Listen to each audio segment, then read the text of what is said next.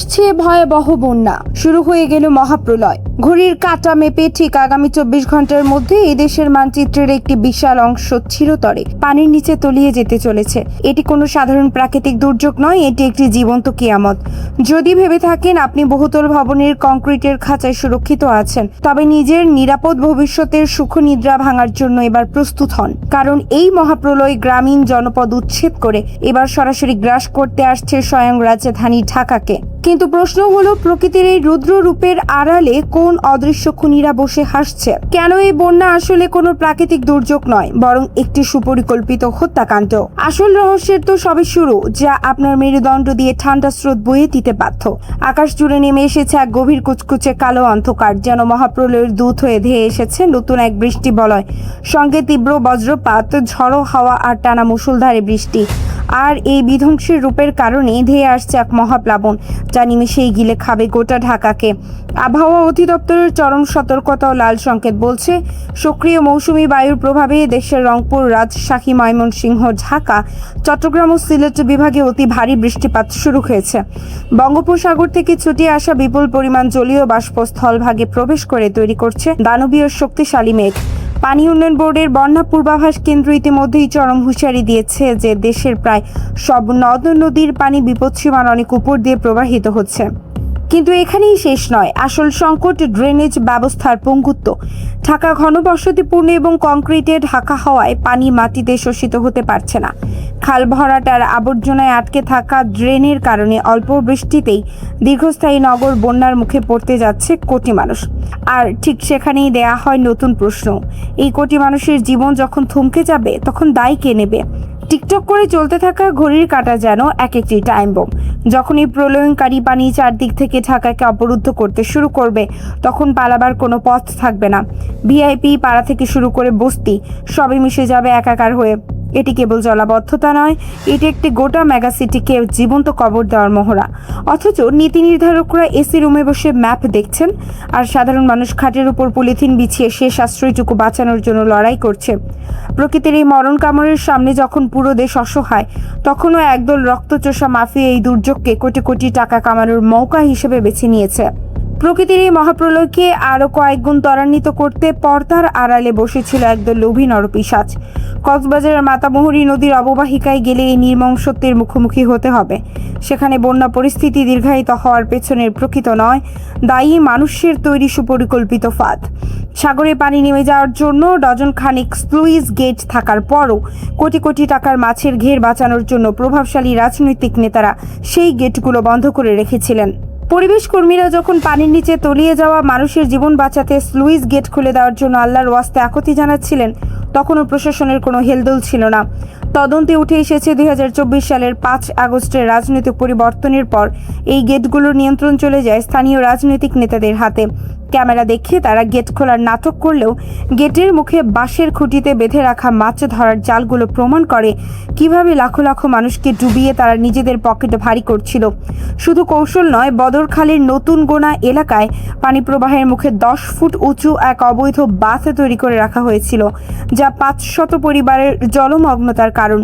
ঘটনার মোড় ঘুরতে শুরু করে তখনই যখন এই লোভের আগুন কেবল ঘর বাড়ি নয়, গ্রাস করতে শুরু করে দেশের প্রাণী সম্পদ খাতকে। একটি দেশের অর্থনীতির ফুসফুসকে কিভাবে পলিটিক পাওয়ার খাটিয়ে চেপে ধরা যায়, তাই এই কৃত্রিম বন্যা না দেখলে বিশ্বাস করা অসম্ভব। স্লুইস গেটের চাবি আজ কোনো সরকারি কর্মকর্তার হাতে নেই, তা রয়েছে রাজনৈতিক গুন্ডাদের পকেটে। তারা লাখ মানুষের জীবনকে বন্ধক রেখে জালের ভেতরে ইলিশার পাঙ্গাস মাছ গুনেছে। উজান থেকে ধেয়ে আসা কোটি কিউসেক পানির তোড় যখনই অবৈধ বাঁধগুলোকে ধাক্কা খাচ্ছে, তখন নদীগুলো তার স্বাভাবিক গতি হারিয়ে লোকালয়কে গিলে খাচ্ছে। এই পাপের খেসারত আগামী 24 ঘন্টায় পুরো দেশকে দিতে হবে। এই মহাপ্রলয় কেবল মানুষের মাথা গোজার ঠাঁই কেড়ে নেননি, এটি আমাদের অর্থনীতির মেরুদণ্ডকেও চূর্ণ বিচীর্ণ করে দিয়েছে। চট্টগ্রামের বাঁশখালী, সাতকানিয়া, চন্দনাইশ, লোহাগাড়া, পটিয়া আর আনোয়ারা জুড়ে এখন শুধু গবাদি পশুর লাশের গন্ধ। পাহাড়ি ঢল আর উজান থেকে নেমে আসা পানিতে প্রাণী সম্পদ খাতে ক্ষয়ক্ষতির পরিমাণ ইতিমধ্যেই 30 কোটি টাকা ছাড়িয়ে গেছে। প্রাথমিক সরকারি প্রতিবেদন বলছে 1,12,000-এরও বেশি গবাদি পশু ও হাঁস মুরগি বন্যার পানিতে ভেসে গিয়ে মারা গেছে। 46টি গরু, 123টি ছাগল আর লাখের উপর মুরগির অকাল মৃত্যুতে খামারিরা আজ পথের ফকির। কিন্তু এর চেয়েও বড় বিপর্যয় ঘটেছে পশু খাদ্যে। প্রায় 18,500 টন খড়, ঘাস ও দানাদার খাদ্য বন্যার পানিতে পচে নষ্ট হয়ে গেছে, যার আর্থিক মূল্য 25 কোটি টাকারও বেশি। 33টি পানি সম্পদ অফিসে নিজেই পানির নিচে তলিয়ে গেছে। এই খামারিদের পুনর্বাসন করা এখন অসম্ভব এক চ্যালেঞ্জ। আর ঠিক সেখানেই দেখা দেয় নতুন প্রশ্ন। আগামী 24 ঘন্টায় যখন বন্যার এই জলদানব বাকি অর্ধেক দেশকে গ্রাস করবে, তখন কি পুরো দেশের অর্থনীতির কফিনে ঢুকে যাবে না?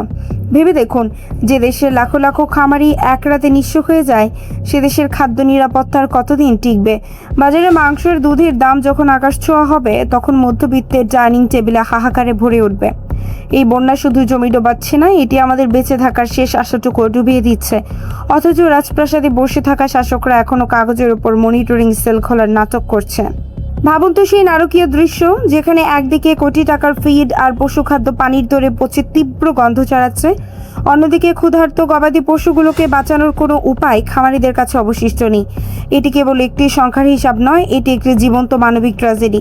চট্টগ্রাম বিভাগের 156টি ইউনিয়নের বাতাসে এখন কেবলই হাহাকার আর লাশের গন্ধ ভেসে বেড়াচ্ছে। যখন এই প্রলয়ঙ্কারী পানি ঢাকার অভিমুখে ধেয়ে আসবে, তখন কি আমাদের এই আধুনিক ড্রেনেজ ব্যবস্থা সচল থাকবে? বিশেষজ্ঞরা পরিষ্কার হুঁশিয়ারি দিয়েছেন, আমাদের ড্রেন আর নালাগুলো আবর্জনা এমনভাবে ঠাসা যে পানি নিষ্কাশনের ন্যূনতম সক্ষমতা ওই শহরের নেই। আর ঠিক তখনই রাজপ্রাসাদের আড়ালে বসে থাকা আসল অপরাধীদের মুখোশ উন্মোচন করা জরুরি। কক্সবাজারের চকরিয়া ও পেকুয়ার লাখো লাখো মানুষ যখন বুক সমান পানিতে দাঁড়িয়ে প্রশাসনকে ডাকছিল, তখন উপজেলা নির্বাহী কর্মকর্তা বৃষ্টির দোহাই দিয়ে নিজের নিরাপদ কক্ষ থেকে বের হননি। তদন্তের ফাইলগুলো ধুলো জমছে ক্ষমতাশালীদের টেবিলে, কিন্তু কাজের কাজ কিছুই হয়নি। প্রভাবশালীরা সরকারি স্লুইস গেটগুলো নিজেদের ব্যক্তিগত বাণিজ্যের খাঁচা বানিয়ে রেখেছে, আর প্রশাসন তাদের সাথে নিয়মিত চোর পুলিশ খেলছে। যখন পুরো দেশের অর্ধেক এলাকা তলিয়ে যাওয়ায় চূড়ান্ত কাউন্টডাউন শুরু হয়ে গেছে, তখন এই রক্তচোষা সিন্ডিকেটের চক্রান্ত থামেনি। এই মহাপ্রলয়ে প্রকৃতি একা আনেনি, এটা আমাদের সিস্টেমের রন্ধ্রে রন্ধ্রে থাকা দুর্নীতির এক বিষাক্ত ফসল। দিনমজুরা, নিম্ন আয়ের মানুষের আয়ের পথ বন্ধ করে দিয়ে যারা আজ উৎসব করছে, আগামী 24 ঘন্টা তাদের জন্য এক চরম হিসাব নিয়ে আসছে। সময় ফুরিয়ে আসছে, ঘড়ির কাঁটা জানান দিচ্ছে আর মাত্র 24 ঘন্টা। এই 24 ঘন্টার মধ্যে যদি প্রকৃতির এই রুদ্ররূপ আর মানুষের লোভের বাঁধকে ঘুরিয়ে দেওয়া না যায়, তবে এই দেশের মানচিত্রের অর্ধেকটা চিরতরে বিলীন হয়ে যাবে পানির নিচে। আজ যে প্রলয় চট্টগ্রাম আর কক্সবাজারের তাণ্ডব চালাচ্ছে, আগামীকাল তা আপনার দরজায় করা নাড়বে। আপনার কি মনে হয়, এই মহাপ্রলয়ের জন্য দায়ী কি কেবলই আসমানের বৃষ্টি, নাকি আমাদের পচে যাওয়া সিস্টেম আর মাফিয়াতন্ত্র? নিজের মতামত কমেন্ট বক্সে জানান। মহাপ্রলয়ের প্রতিটি মুহূর্তের লাইভ আপডেট পেতে এখনই আমাদের চ্যানেলটিকে সাবস্ক্রাইব করে রাখুন। দেখা হবে পরবর্তী পর্বে আরো বড় কোনো সত্যের বিস্ফোরণ নিয়ে। ভালো থাকবেন, আর হ্যাঁ, আজই প্রশ্ন করতে শিখুন, নইলে আগামীকাল প্রশ্ন করার মতো কোনো ভাষা আপনার থাকবে না।